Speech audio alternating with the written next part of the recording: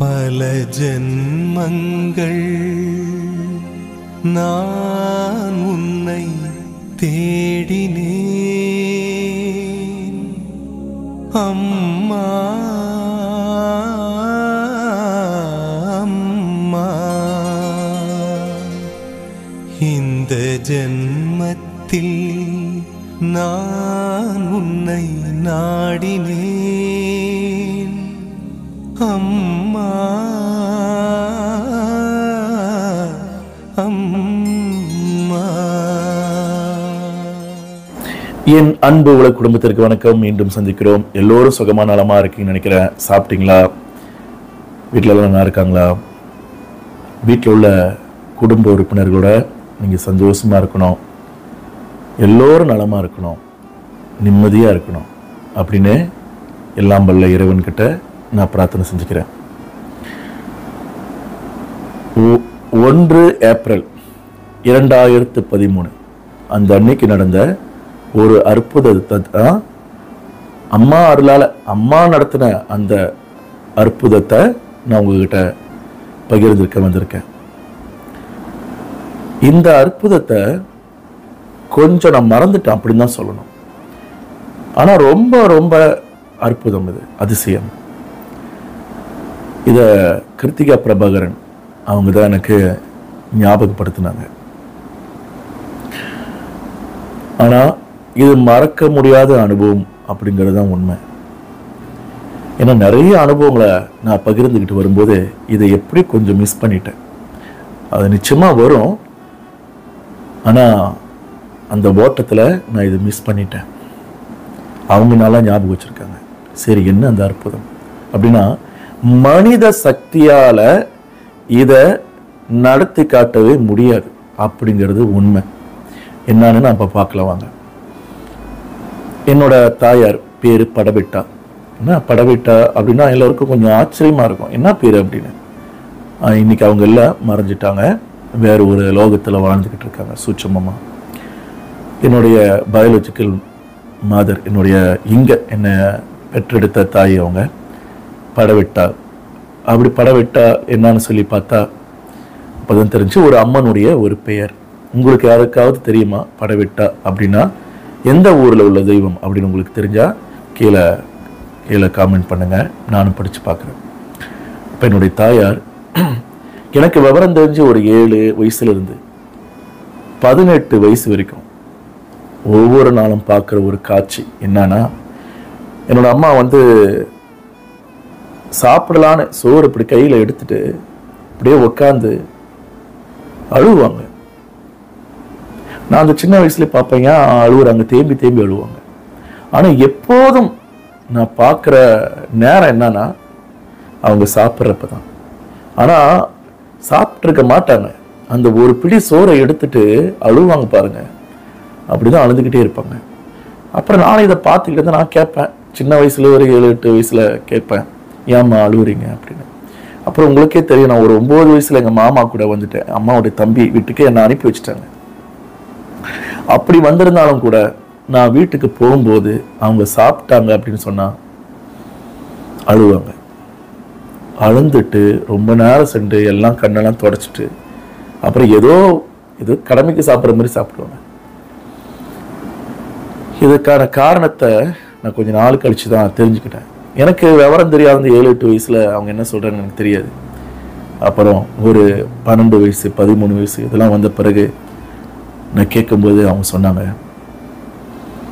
இல்லையா உனக்கு ஒரு தங்கச்சி இருக்கு, அந்த தங்கச்சி எங்க இருக்குன்னு எனக்கு தெரியாது, கை குழந்தையிலேயே கொடுத்தாச்சு, ஒருத்தவங்கிட்ட கொடுத்தாச்சு, உன்னுடைய அப்பா கொடுத்துட்டாரு, ஏன்னா அவங்களுக்கு குழந்தை இல்லை அப்படின்னு சொல்லி, ரொம்ப காலமாக குழந்தை இல்லைன்னு சொல்லி அப்பா தான் அவங்களுக்கு கொடுத்துட்டாரு அப்படின்னு எங்கள் அம்மா சொன்னாங்க.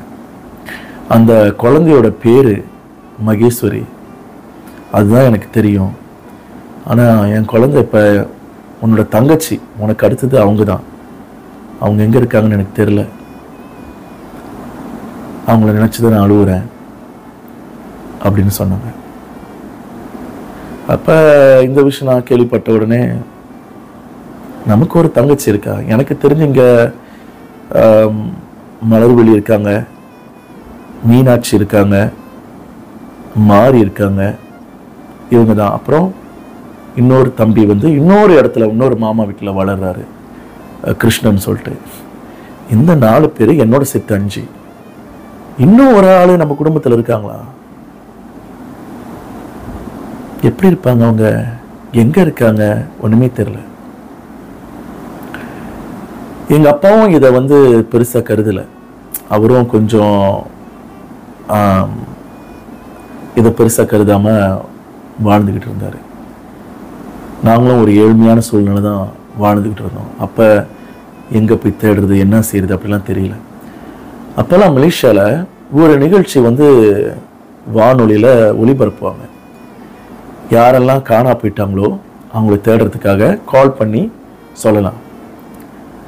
ஆனாலும் எனக்கு ஒரு 18 வயசு கிட்ட வரும்பொழுது இந்த விஷயம் எனக்கு தெரிஞ்சாலும், எப்பெல்லாம் எங்கள் அம்மா பார்க்குறனோ அம்மா சொல்லுவாங்க, உன் தங்கச்சி பாருப்பா, எங்கே இருக்காங்கன்னு தெரியலப்பா, நீ பாரு அப்படின்னு சொல்லுவாங்க.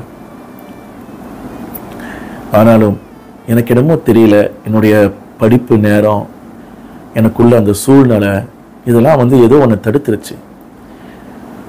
தேடுவோம் நினச்சி அப்படியே வந்து விட்டுட்டேன். என்னோட 18 வயசுக்கு அப்புறம் நான் காலேஜ் படிக்க போயிட்டேன். அதோட இந்த சிந்தனைலாம் எனக்கு இல்லை. 2004 எங்கள் அப்பா இறக்கிறதுக்கு முன்னே, எங்கள் அப்பா 2004 இறந்தார். அப்பா அவர்கிட்ட போயிட்டு நான் கேட்டேன். ஏன்னா எங்கள் அம்மாவோட அந்த கண்ணீரை வந்து என்னால் பார்க்க முடியல. என்னதான் இவங்க ஒவ்வொரு நாளும் இப்படி அழுந்துக்கிட்டு இருக்காங்க, இவருக்கு தானே தெரியும், இவர் தானே கொடுத்தாரு, இவருக்காவது அந்த விவரங்கள் நிறைய தெரியுதா, அதை வச்சு நம்ம போய் தேடலாம் அப்படின்னு சொல்லி நான் அவர்கிட்ட போய் கேட்டேன். அதுக்கு அவர் சொன்னார், எனக்கு பேர் மட்டும் அவங்க பேர் ஞாபகம் இருக்கு, மூர்த்தி அப்படிங்கிற ஒருத்தர்கிட்ட கொடுத்தேன். மலேசியால பஹாங் அப்படிங்கிற ஒரு மாநிலம், அந்த இடத்துல கம்பாங் அப்படிங்கிற ஒரு இடத்துல அவங்க பிறந்தாங்க. அங்கே தான் நாங்கள் இருந்தோம். அங்கே தான் இந்த மூர்த்திங்கிற ஒருத்தரும் இருந்தார். ரொம்ப பழக்கம் எனக்கு. நான் அங்கே கொடுத்தேன், அவர்கிட்ட கொடுத்தேன். இது மட்டும்தான் எனக்கு தெரியும். இப்போ அவங்க எங்கே இருக்காங்கன்னு எந்த விவரமும் எனக்கு தெரியாது. எத்தனையோ ஆண்டுகள் ஆயிடுச்சு அப்படின்னு எங்கள் அப்பா சொன்னார். அப்போ விவரம் தெரிஞ்ச எங்கள் அப்பாவுக்கே அந்த அந்த மூர்த்தி அப்படிங்கிறவர் எங்கே இருக்காருன்னு கூட எங்கள் அப்பாவுக்கு தெரியல. இந்த விஷயம் அப்படியே தேங்கி கிடஞ்சனால இதுக்கு அதனால என்ன செய்யணும்னு எனக்கும் தெரியல. அப்புறம் படிப்பு சூழ்நிலை, வேலை, இப்படின்னு பரபரப்பாக இருந்த வாழ்க்கையில் எனக்கு இதெல்லாம் வந்து போய் தேடணும்னு வந்து சந்தர்ப்பம் அமையலை. இப்போ நானும் படிச்சுக்கிட்டு இருந்தேன், படித்து முடிச்சிட்டேன். அதுக்கு பிறகு எங்கள் அம்மாவுக்கு வந்து டிபி வந்துருச்சு. 2007 2008 அது ஒரு பயங்கரமான வருடம், இந்த 2 வருஷங்களும். அப்போ 2008 நான் படிப்பெல்லாம் முடிச்சு எனக்கு அம்மாவோட டீச்சராகவும் ஆகிட்டேன். இங்கே பினாங்க்கு வந்துட்டேன். அம்மா கூட அந்த கடைசி நாட்களை வாழலாம் அப்படின்னு. ஏன்னா எங்கள் அம்மாவுக்கு வந்து டிபி வந்துருச்சுன்னு எனக்கு தெரியும். ரொம்ப நாள் இரும்பிக்கிட்டு இருந்தாங்க. நிறைய கிளினிக் கூப்பிட்டு போயிருந்தோம். அதுக்கு பிறகு ஒரு கிளினிக் போகும்போது அவர் சொல்லிட்டாரு, இது வந்து அவங்களுடைய லங்ஸ் எல்லாம் ரொம்ப மோசமாக இருக்குது, இது டிபி, நீங்கள் ஜெனரல் ஹாஸ்பிட்டல் பெரிய மருத்துவமனைக்கு கூப்பிட்டு போயிருங்க அப்படின்னு. அங்கே போனோன்னே நிறைய டாக்டர்கள் எல்லாம் பரிசோதனை பண்ணிவிட்டு எங்கள் அம்மா வெளியே இருக்காங்க, எனக்கு உள்ளே கூப்பிட்டு சொன்னாங்க, டாக்டர் சொன்னாங்க, உங்கள் அம்மா வந்து இன்னும் கொஞ்ச நாள் தான் இருப்பாங்க. அம்மாவுடைய அந்த சுவாசப்பை, நுரையீரல் எல்லாமே வந்து போச்சு, கிருமியால் தாக்கப்பட்டு எல்லாமே இல்லாமல் போச்சு. அப்போ கூடிய விரைவில் அவங்க வந்து இறந்துடுவாங்க, எங்களால் ஒன்றும் செய்ய முடியாது அப்படின்னு சொல்லிட்டாங்க. எக்ஸ்ரேலாம் எடுத்து காட்டினாங்க, எக்ஸ்ரேலாம் காட்டி சொன்னாங்க. இப்போ நான் வெளியே வந்தேன், எங்கள் அம்மா வந்து உட்காந்துருக்காங்க. எனக்கு கேட்டாங்க, என்னப்பா என்ன சொன்னாங்க, டாக்டர் என்ன சொன்னாங்க அப்படின்னாங்க. நான் சொன்னேன், அம்மா எல்லாம் சரியாருன்னு சொல்லிட்டாங்கம்மா, மருந்துலாம் கொடுத்துருக்காங்க, மருந்து சாப்பிட்டாலாம் சரியாருங்க. அப்படிதான் நான் சொன்னேன். ஆனால் ஒவ்வொரு நாளும் எனக்கு தான் தெரியும், இன்னும் கொஞ்ச நாளில் எங்கள் அம்மா இறந்துருவாங்க, ரொம்ப மோசமான சூழ்நிலை இருக்காங்கன்னு எனக்கு மட்டும்தான் தெரியும். அப்போ அவங்க மனசில் இருந்த ஒரே ஒரு ஏக்கம் என்னுடைய தங்கச்சி மகேஸ்வரியை பார்க்காது மட்டும்தான். ஏன்னா மற்றது எல்லாமே அவங்களுக்கு ஒரு பெரிய விஷயமே இல்லை. எல்லோருமே நாங்கள் இருக்கோம், கூட இருக்கோம். ஒவ்வொரு நாளும் 2006 அம்மாவை பார்த்துட்டு வந்த பிறகு அந்த ஒவ்வொரு நாளும் என்னுடைய பயாலஜிக்கல் மாதர் படவெட்டா என்ன செய்வாங்கன்னா, காலையிலேயே எழுந்திரிச்சு போய் நின்று அம்மாவை வணங்குவாங்க. வணங்கிட்டு வேலை தான் செய்வாங்க. குளிச்சுட்டு வந்து அம்மாவுக்கிட்ட என்னமோ மனசில் பேசிட்டு வணங்கிட்டு வருவாங்க. அப்புறம் நோயோட தீவிரம் மோசமாவாக 30ஆம் தேதி 8வது மாதம் 2008 அவங்களுடைய கடைசி மூச்சை விட்டாங்க. இந்த உலகத்திலேருந்து மறைஞ்சிட்டாங்க. அது மறைஞ்ச பிறகு என் மனசில் உள்ள ஒரு பெரிய ஒரு பாரம் என்னன்னு சொன்னா, கடைசி வரைக்கும் என்னுடைய தங்கச்சி அவங்க பார்க்காம போயிட்டாங்க. அந்த பெத்தெடுத்த தாய் ஒரு கை குழந்தையா ஒரு எத்தனையோ மாதம், 3 மாதம் 4 மாதம் கை குழந்தையிலே கொடுத்துருக்காங்க. அந்த தாயோட ஏக்கம் கடைசி வரைக்கும் நிறைவேறாமல் போச்சு. அந்த ஆசை நிறைவேறாமல் போச்சு. இதை என்னன்னு சொல்றது அப்படின்னு ரொம்ப எனக்கு கவலையாக இருந்துச்சு. அப்போ எனக்கு தெரிஞ்ச ஒரு தெய்வம் என்கிட்ட வந்துருச்சு, அம்மாங்கிற ஒரு தெய்வம். 2008க்கு பிறகு அந்த பிரச்சனைகள், நிறைய பிரச்சனைகள் வரும்போது அம்மா கிட்ட பேசிக்கிட்டே இருப்பேன். அப்போ இந்த பிரச்சனைகள்லாம் ஓஞ்ச பிறகு கொஞ்சம் நல்லா நான் வாழும்போது ஒவ்வொரு நாளும் எங்கள் அம்மாவோட படத்தை நான் பார்க்கும்போது எங்கள் அம்மாவுடைய அந்த நிறைவேறாத ஆசை எனக்கு ஞாபகத்துக்கு வந்துச்சு. அப்போ நான் என்ன செஞ்சேன், எங்கள் அம்மா எப்படி என்னோட தங்கச்சி நினைச்சாங்களோ அதே போல் எங்கள் அம்மா மண்ணுக்கு நான் நின்று என் தங்கச்சியை நினச்சி எங்கள் அம்மாவுடைய அந்த உணர்வை உணர்ந்துட்டு நான் அம்மா அமிர்தானந்தமயி தேவி கிட்ட, ஏன்னா நம்ம அம்மா கிட்ட பேசினா எல்லாமே பேசிடும்ல, அம்மாவுக்கு தான் என்ன நடக்குது இந்த உலகத்தில், என்ன விஷயம் அப்படிங்கிறது எல்லாமே தெரிஞ்சிருக்கிற ஒரு சக்தியாச்சு. கடந்த காலம், நிகழ்காலம், வருங்காலம் எல்லாமே அம்மாவுக்கு தெரியுமே. அப்படிங்கிற அந்த பட்சத்தில் அம்மா கிட்ட நான் சொல்றது, பிரார்த்தனை பண்ணேன். என்னன்னா, அம்மா, எங்கள் அம்மா கடைசி வரைக்கும் என் தங்கச்சியை பார்க்கவே இல்லை. இந்த தாய் மனசு ஏங்கி ஏங்கி தவிச்சு இந்த உலகத்தை விட்டு போயிடுச்சு. என் தங்கச்சிக்கு இந்த நேரம் ஒரு 30 வயசுக்கு மேலே இருக்கும். அவங்க எங்கே இருக்காங்கன்னு எனக்கு தெரியல, ஆனால் உனக்கு தெரியும். அவங்க எந்த சூழ்நிலையில் இருக்காங்க அப்படின்னு தெரியல. நல்லா வளர்ப்பு முறையில் இருந்து வந்திருக்காங்களா, இல்லை மோசமான சூழ்நிலையில் இருக்காங்களா, படிச்சுக்கிட்டு இருக்காங்களா, கல்யாணம் பண்ணிட்டாங்களா, எங்கே இருக்காங்கன்னு ஒன்றுமே எனக்கு தெரியாது. ஆனால் உனக்கு தெரியும். எனக்கு ஒன்று செய்யுமா, என்னன்னா, அவங்க எங்கே இருந்தாலும் அவங்கள நல்லா பார்த்துக்குமா. அவங்களோட வாழ்க்கையிலேருந்து நான் கண்டுபிடிச்சி கஷ்டப்பட்டு வெளியே வந்து அவங்கள கூட்டிகிட்டு வந்து என்னென்ன போராட்டங்கள் இருக்கும், அவங்க வாழ்க்கையில் எங்களெல்லாம் ஏற்றுக்குவாங்களா, ஒன்று சேர முடியுமா அப்படிலாம் எனக்கு தெரியலம்மா. ஆனாலும் என்னோட பிரார்த்தனை ஒன்றுதாம்மா, என் தங்கச்சி எங்கே இருந்தாலும் நீ எங்களை பார்த்துக்க மாதிரியே அவங்கள பார்த்துக்கோ, அவங்கள நல்லா வச்சுக்கோ.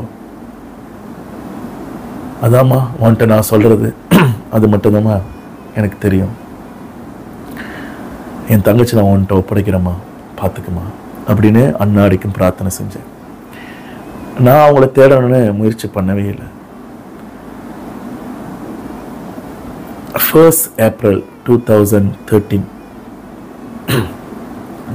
1ஆம் தேதி 4வது மாதம் ஏப்ரல் 2013 அந்த அன்னைக்கு ஒரு சம்பவம் நடக்குது. நான் முடி வெட்டுறதுக்காக ஒரு பார்பர் ஷாப்க்கு போகிறேன். அங்கே முடி வெட்டிக்கிட்டு இருக்காங்க எனக்கு. அந்த நேரத்தில் என்னுடைய சிஸ்டர், இன்னொரு சிஸ்டர் மூன்றாவது எனக்கு நான், அதுக்கப்புறம் மகேஸ்வரி அப்படிங்கிற அந்த தங்கச்சி காணா போனவங்க, அதுக்கப்புறம் மலர்விழி அப்படிங்கிற இந்த மூணாவது தங்கச்சி. அவங்க திருமணமாகி லண்டனுக்கு போயிட்டாங்க, லண்டனில் இருக்காங்க. அவங்களும் நிறைய அனுபவம். அம்மா அங்கே லண்டனுக்கு வரும்போதெல்லாம் தரிசனம் பண்ணுவாங்க, மலேசியாவில் இருக்கும்போதும் தரிசனம் பண்ணாங்க. அப்போ அவங்க யூகே லண்டன்லேருந்து எனக்கு ஃபோன் பண்ணுறாங்க. நான் முடி வெட்டிக்கிட்டு இருக்காரு அவர். ஃபோனு பாக்கெட்லேருந்து எடுத்து என்ன யாருன்னு பார்த்தா மலர். இங்கே யூகேலேருந்து ஃபோன் பண்ணிக்குது இந்த நேரத்தில் அது ஃபோன் பண்ணாத, ஏன்னா எங்களுக்கு டைம் டிஃப்ரெண்ட் இருக்குது, இந்த நேரத்தில் கால் பண்ணாத, ஏன் கால் பண்ணுது அப்படின்னு. சரி முடி வெட்டிக்கிட்டு இருக்காங்க, சரி நீங்கள் பேசுனா பேசுங்கண்ணாரு.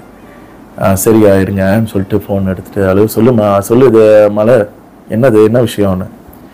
அண்ணா ரொம்ப நாளாக கிடைக்காத ஒரு பொருள் கிடைச்சிருச்சுண்ணே அப்படின்னு சொல்லிச்சு. கெஸ் பண்ணுங்க அப்படின்னு. என்னமோ சொல்கிற, ரொம்ப நாள் கிடைக்காத பொருள் கிடைச்சிச்சா? என்ன பொருள்? எனக்கு இந்த மாதிரிலாம் குழப்பாத, நீயே சொல்லு அப்படின்னு. நீங்கள் சொல்லுங்கண்ணே, எனக்கு ஒன்றுமே தெரில, நீயே சொல்லு என்ன, எந்த பொருள், என்னது அப்படின்னு.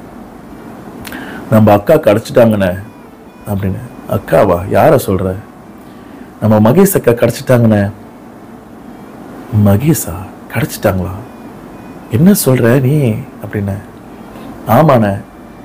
எப்படி நடந்துச்சு? எல்லாம் அம்மா அருள் தானே, அம்மா தான் நம்ம அம்மா தான் கண்டுபிடிச்சி கொடுத்துருக்காங்கண்ணே. நீங்கள் இப்போ எங்கே இருக்கீங்க, நான் பேசலாமான்னோ. நான் சொன்னேன் நான் முடி வெட்டிக்கிட்டு இருக்கேன்,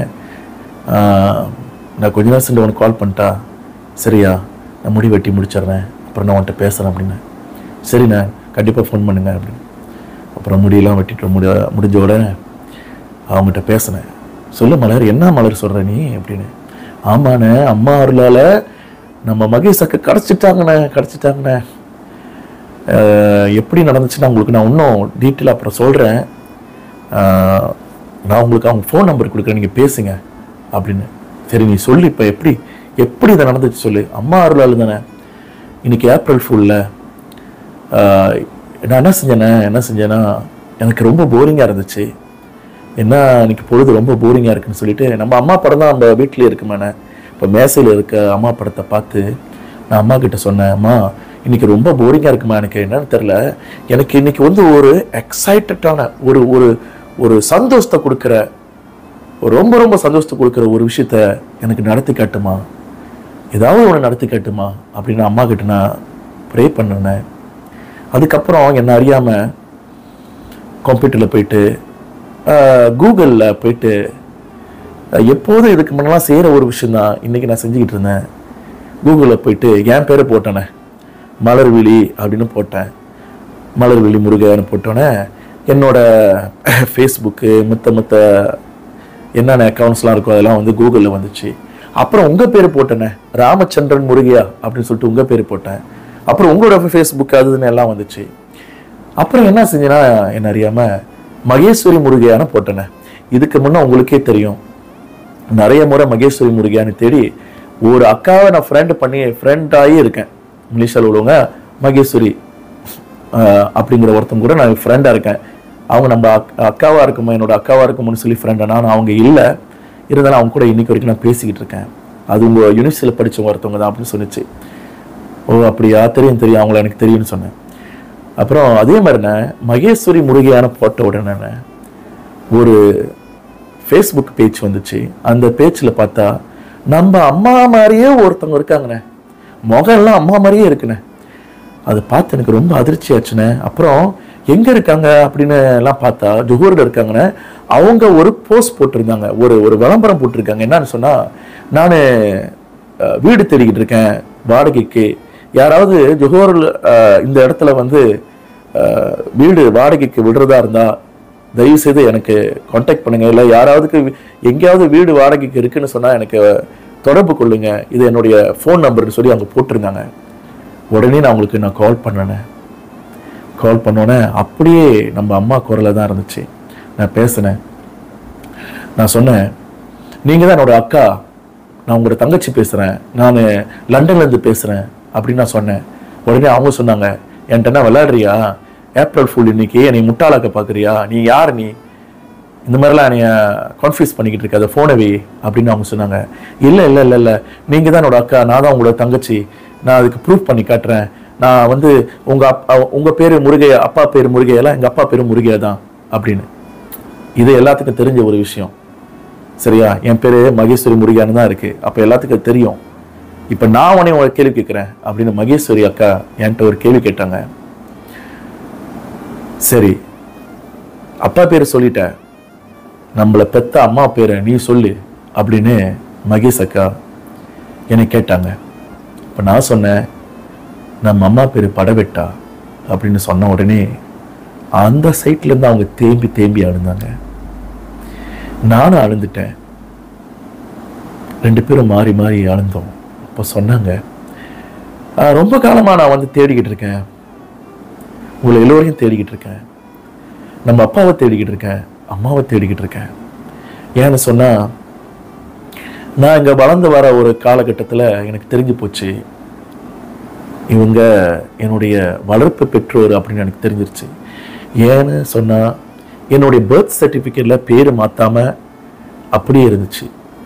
அவங்க மாற்றவே இல்லை, அம்மா அப்பா பேர் அப்படியே வச்சுருக்காங்க. என் பேர் வந்து மகேஸ்வரி முருகையா, அம்மா பேர் படவெட்டா அப்படிங்கிற விவரம்லாம் அந்த பர்த் சர்டிஃபிகேட்டில் அப்படியே இருந்துச்சு. எனக்கும் சொல்லிட்டாங்க, உன்னுடைய உண்மையான பெற்றவங்க பேர் முருகையா அப்பா, அம்மா பேர் வந்து படவெட்டா, அவங்ககிட்ட இருந்து தான் உன்னை நாங்கள் வளர்த்துக்கிட்டு இருக்கோம், கொடுத்தாங்க, நாங்கள் வளர்த்துக்கிட்டு இருக்கோம் அப்படின்னு சொன்னதுலேருந்து நானும் உங்களை எல்லோரையும் வாழை போட்டு தேடிக்கிட்டு இருந்தேன், அம்மாவையும் அப்பாவையும். மலேசியாவில் வந்து இந்த பிரீம் அப்படிங்கிற கவர்மெண்ட் கொடுக்கக்கூடிய பண உதவி எல்லாத்துக்கும் கிடச்சிக்கிட்டு இருந்துச்சு. அப்போ எங்கே போனாலும் அந்த லிஸ்ட் இருக்கும். அந்த லிஸ்ட்டில் எங்கேயாவது அப்பாவோட பேர் இருக்கா, அவரோட விவரங்கள் இருக்கா அப்படின்னு சொல்லி நான் போகிற இடத்தெல்லாம் தேடி தேடி பார்த்தேன். இப்படிலாம் சொல்லாங்க மகேஸ்வரி. அப்போ இந்த விஷயத்தை என்கிட்ட சொன்ன உடனே நானும் சரி, அந்த ஃபோன் நம்பரை கொடுமா, நான் அடிக்கிறேன், நான் ஃபோன் பண்ணி பார்க்குறேன்னு சொல்லி நான் உடனடியாக ஃபோன் செஞ்சேன். அந்த நாள் என்னால் மறக்க முடியாது. ஃபோனில் கால் போய் சேர்ந்துச்சு, அவங்க ஆன்சர் பண்ணுறாங்க. அந்த குரல் அப்படியே என்னோட அம்மா படவெட்டாவுடைய குரல் அப்படியே இருந்துச்சு. என்னோட அம்மா வந்து மறுபடியும் உயிரா வந்த மாதிரி ஒரு ஃபீல் எனக்கு. அந்த குரலை, அவ்வளோ ஒரு இனிமையான அந்த குரலை மறுபடியும் நான் கேட்டேன். அதோட சரிம்மா, ரொம்ப சந்தோஷமா, உன்னோட ஃபோட்டோ ஒன்று எனக்கு அனுப்பிவிடுமா, நான் பார்க்கணுமா, ஆனால் ஃபேஸ்புக்கில் இருக்குண்ணே, நீங்கள் போய் பாருங்கண்ணே, எனக்கு ரொம்ப சந்தோஷமாக இருக்குண்ணே, எப்போல்லாம் உங்களை பார்ப்பேன்னு எனக்கு தெரிலண்ணே. சரிம்மா, நான் போய் உன்னோட ஃபேஸ்புக்கில் நான் பார்க்குறேன், என்னோடய ஃபேஸ்புக்கு இதெல்லாம் கூட, உன்னோட ஃபேஸ்புக்கு பேர்லாம் கரெக்டாக கொடுன்னு சொல்லிவிட்டு மறுநாள் நான் ஸ்கூலுக்கு போயிட்டேன். அப்போலாம் வந்து இந்த இன்டர்நெட் வசதி வந்து எல்லா இடத்துலையும் இல்லை, என்கிட்ட கம்ப்யூட்டரும் இல்லை, லேப்டாப்பும் இல்லை. அப்போ நான் என்ன செஞ்சேன், நேராக ஸ்கூலுக்கு போயிட்டு காலையில் ஒரு ஆசிரியர்கிட்ட அனுமதி கேட்டு கம்ப்யூட்டர் லேப்பில் அவருடைய அந்த கணினியை ஆன் பண்ண சொல்லி அதில் நான் சொன்னேன், அவர்கிட்ட சொன்னேன், நான் ஒரு விஷயத்தை பார்க்க போகிறேன், எனக்கு தயவு செய்து உதவி செய்யுங்க, என்னோடய தங்கச்சியோட முகத்தை பார்க்க போகிறேன், என் தங்கச்சி காணா போய் 30 வருஷங்களாச்சு, அவங்களுடைய முகத்தை நான் பார்க்கணும், தயவு செய்து எனக்கு உதவி செய்யுங்க அப்படின்னு சொல்லி அவர் அதில் வந்து என்னோடய ஃபேஸ்புக் ஐடியெலாம் போட்டு திறந்து பார்த்தா அப்படியே என்னோட அம்மா மாதிரி இருக்காங்க. அந்த முகத்தை பார்த்தோன்னே என்னோட அம்மாவை மறுபடியும் பார்க்குற மாதிரி இருந்துச்சு. நான் பார்த்துட்டு மறுபடியும் கால் பண்ணாமா, நான் பார்த்துட்டேம்மா, உன்னை பார்த்துட்டேன், இப்போ நான் வரத்துக்கு எனக்கு லீவ் இல்லை, நான் தம்பி அனுப்பி வைக்கிறேன், தம்பி அங்கே தான் இருக்கார், கண்ணா கிருஷ்ணா அங்கே தான் இருக்கார், அவர் வந்து உன்னை பார்ப்பார், நான் அவரை அனுப்பி வைக்கிறேன், அப்புறம் நான் வரேம்மா, நான் உன்னை பார்க்க வரேன்னு சொல்லிட்டு தம்பி போய் பார்த்தாரு. அப்புறம் ஃபோட்டோலாம் அனுப்பி விட்டாங்க. அதன் பிறகு நான் போனேன், அம்மாடலாம் போனேன், நேராக போய் பார்த்தேன். என்ன சொல்கிறது, 30 வருஷங்களாக பிரிஞ்சிருந்தாலும் நடுவில் வந்து அந்த கனெக்ஷன் வந்து ஸ்ட்ராங்காக இருக்குது. ரொம்ப உறுதியாக இருந்துச்சு. பார்க்கும்போது புதுசாக ஒருத்தவங்களை பார்க்குற, யாரோ அந்நியமான ஒருத்தவங்களை பார்க்குற அந்த ஃபீலே உணர்வே இல்லை. நான் அப்படியே போய் கட்டி பிடிச்சிக்கிட்டேன். என் தங்கச்சியை நீங்கள் ரொம்ப அன்பாக கட்டி பிடிச்சிக்கிட்டாங்க. எத்தனையோ வருஷங்களுக்கு பிறகு என் தாய் பார்க்க முடியாத ஒரு உறவை உயிராக இருந்து பார்க்கணும்னு ஏங்கி தவிச்சு உயிரை விட்டுட்டு போனேன். என் அம்மா பார்க்கணும்னு ஆசைப்பட்ட ஒரு உயிர் ஜீவன் இப்போ என் கண்ணு முன்னுக்கு இருக்கு அப்படின்னு தழுவிக்கிட்டு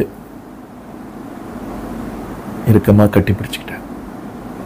அப்போதான் தெரிஞ்சு என் தங்கச்சி திருமணமாகி கணவர் இருக்காரு, 2 குழந்தைங்க இருக்காங்க.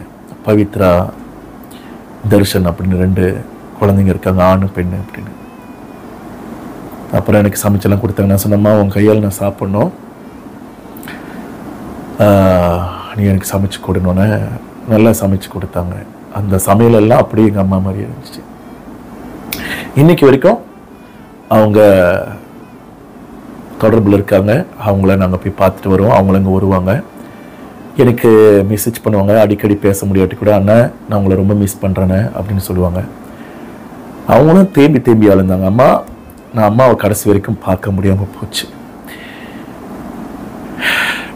என்னோட பெத்த தாயை நான் பார்க்க முடியாமல் போச்சு அப்படின்னு சொல்லி அழுந்திருக்காங்க. என்னுடைய அம்மாவுடைய பிரார்த்தனை, படவெட்ட அம்மாவுடைய பிரார்த்தனை தான் அம்மா கிட்ட சேர்த்து. இந்த விவரம் தெரிஞ்சே அப்பாவும் இறந்துட்டாரு, எங்க அம்மாவும் இறந்துட்டாங்க. மனித சக்தி எதுவுமே என்னோட தங்கச்சியை சேர்த்து வைக்கல. என்னோட தங்கச்சியை சேர்த்து வச்சதே அம்மாங்கிறது இந்த தெய்வம் தான். ஸ்ரீமாதா அமிர்தானந்தமயி தேவி அப்படிங்கிற எங்களுடைய இன்னொரு அம்மா தான். இதுக்கு சாட்சி வேற எதுவுமே இல்லை. அறிவுக்கு அப்பாற்பட்ட இந்த விஷயம் தெய்வ சக்தியால் மட்டும்தான் நடக்கும் அப்படிங்கிறத நாங்கள் உணர்ந்துக்கிட்டோம். ஏன்னா என்னுடைய இன்னொரு தங்கச்சி, லண்டனில் உள்ள தங்கச்சியோட பிரார்த்தனை அவங்களும் தேடி இருக்காங்க.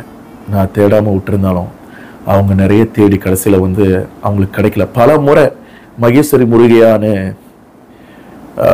ஃபேஸ்புக்கெல்லாம் போட்டு கூகுள்லாம் போட்டு தேடி இருக்காங்க, ஆனால் கிடைச்சதில்ல. வேற யாரெல்லாம் கிடைச்சிருக்காங்க. ஆனால் அந்த 1 ஏப்ரல் அவங்க சொன்னாங்களே, அம்மா இன்னைக்கு எனக்கு ஒரு அற்புதம், ஒரு அதிசயத்தை, சந்தோஷமான விஷயத்தை நீ செஞ்சு காட்டணும், எனக்கு ரொம்ப போரிங்காக இருக்குன்னு சொன்ன அந்த நொடி, அம்மா கிட்ட சொன்ன அந்த விஷயம் அம்மா எங்களுக்கு நடத்தி காட்டி எங்களை சேர்த்து வச்சுட்டாங்க. அதற்கும் மேலாக என்னோட தங்கச்சி பர்த்டே, அந்த பர்த்டேவை 28 ஏப்ரல் அந்த வருஷம் 2013 அந்த அந்த அந்த அந்த பிறந்த நாளை என் தங்கச்சிய இங்க பினாங்கு வர சொல்லி அம்மாவுடைய இடத்துக்கு கூட்டிட்டு போய், சென்டருக்கு கூட்டிட்டு போய் அங்குள்ள பக்தர்களுக்கெல்லாம் அம்மா செஞ்ச அந்த அதிசயத்தை சொல்லி அந்த பர்த்டேவை அம்மாவோட சந்நிதியில் தான் கொண்டாடணும். நாங்கள் சொன்னோம், அம்மா உன்னை சேர்த்து வச்சது இந்த தெய்வம் தாம்மா, நம்மளை சேர்த்து வச்சது இந்த தெய்வம் தாம்மா, உன்னை எங்ககிட்ட ஒப்படைச்சது அம்மா தான். அம்மா தான் உன்னை கூட்டிட்டு எங்களை காட்டினாங்க. அம்மாவை நல்லா பிடிச்சிக்கம்மா, நீ சின்ன வயசுலேருந்து எவ்வளோ கஷ்டத்தை நீ அனுபவிச்சுன்னு எனக்கு தெரியாது, நாங்கள்லாம் இருக்கோம் உனக்கு, நீ அம்மாவை பிடிச்சிக்கம்மா, அம்மாவோட பார்த்த பிடிச்சிக்கம்மான்னு சொன்ன பிறகு அவங்களுக்கு ஒரு காலகட்டத்தில் நிறைய பிரச்சனைகள், மன ரீதியாக ரொம்ப பாதிக்கப்பட்டாங்க. கர்ப்பமாக இருக்கும்போது அவங்களுக்கு துஷ்ட சக்திகளோட பாதிப்பு இருந்துச்சு. அந்த நேரத்தில் அம்மா தான் கருணை காட்டி அவங்களுடைய அந்த கெட்ட காலத்தெல்லாம் அழிச்சிட்டாங்க, கெட்ட சக்தியெல்லாம் அழிச்சிட்டாங்க. அம்மாவோட அந்த கருணையினால நல்ல விதமாக குழந்தை பெற்றெடுத்தாங்க. அதன் பிறகு இன்னைக்கு வரைக்கும் அம்மா பல முறை அவங்களுடைய கனவுல போய் தரிசனம் கொடுத்து அவங்க வாழ்க்கையை ஒரு பெரிய ஆனந்த பூங்கா மாதிரி மாத்திட்டாங்க. அம்மா கிட்ட நான் பிரார்த்தனை பண்ணியிருந்தேன், அம்மா என் தங்கச்சி ஒரு முறையாவது உன்னை பார்த்துடணுமான்னு. அதே போல அம்மா மலேசியாவுக்கு வந்தாங்க, கோலாலம்பூருக்கு வந்தாங்க. என்னுடைய தங்கச்சி நல்ல விதமா குடும்பத்தோட போய் அம்மாவை தரிசனம் பண்ணாங்க. மகேஸ்வரி போய் அம்மாவை தரிசனம் பண்ணாங்க. அம்மாவோட தரிசனம் கிடைச்சி அம்மா நினைச்சாங்க. அம்மா நேரடியாக அம்மா தரிசனம் கொடுக்கறதுக்கு முன்னதாகவே என் தங்கச்சி கனவுல போய் தரிசனம் கொடுத்துட்டாங்க. அப்புறம் கேரள தரிசனம் வாங்கின பிறகு என் தங்கச்சியோட வாழ்க்கை எவ்வளவு பல மடங்கு ரொம்ப சந்தோஷமானதாகவும் நிம்மதியானதாகவும் சுபிட்சமானதாகவும் மாறிடுச்சு. இன்னைக்கு வரைக்கும் என் தங்கச்சி கால் பண்ணி சொல்லுவாங்க, நமக்கு என்னன்னா நமக்கு அம்மா இருக்காங்கண்ணே, எனக்கு அம்மா இருக்காங்கண்ணே, நான் அம்மா அன்னாடிக்கும் பிரார்த்தனை பண்றேனே அப்படின்னு சொல்லுவாங்க. இப்ப சொல்லுங்க, இது எந்த மனித சக்தியானாலும் செய்ய முடியும்? அப்படிப்பட்ட ஒரு தெய்வ சக்தியை நம்ம பார்க்கிறோம். இந்த மண்ணில் அது நடந்துகிட்டு இருக்கு. அம்மா ஆன்மீகத்தை மட்டும் கொடுக்க வரல. நமக்கு என்ன தேவையோ, நம்ம என்ன விருப்பப்படுறோமோ, அது ஒரு காரா இருக்கலாம், ஒரு வீடா இருக்கலாம், ஒரு குழந்தையா இருக்கலாம், இதெல்லாம் கொடுக்க வந்த தாய். அம்மா மாதிரி நம்மளை யாருனாலையும் பார்த்துக்க முடியாது.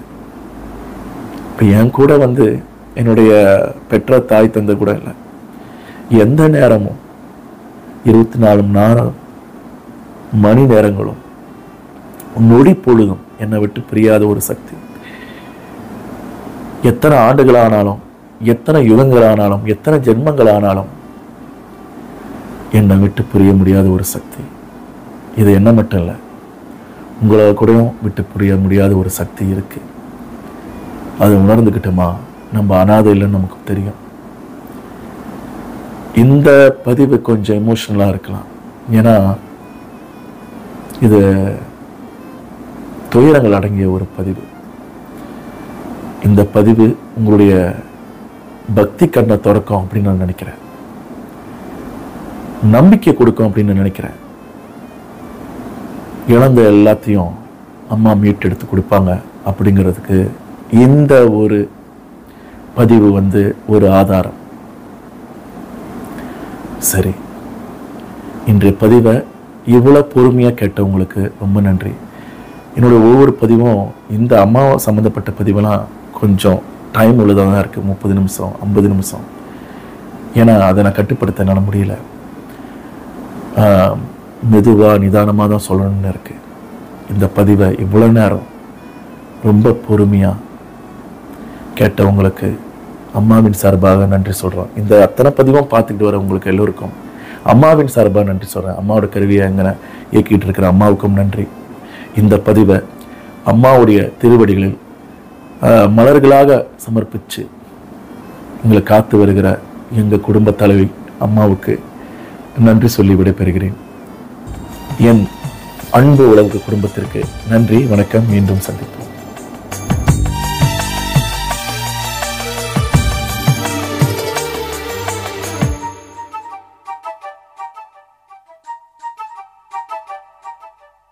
அவரவர் வாழ்க்கையில் ஆயிரம் ஆயிரம் மாற்றங்கள், அந்த நினைவுகள் நெஞ்சினில் திரும்பிட திரும்பிட ஏக்கங்கள்.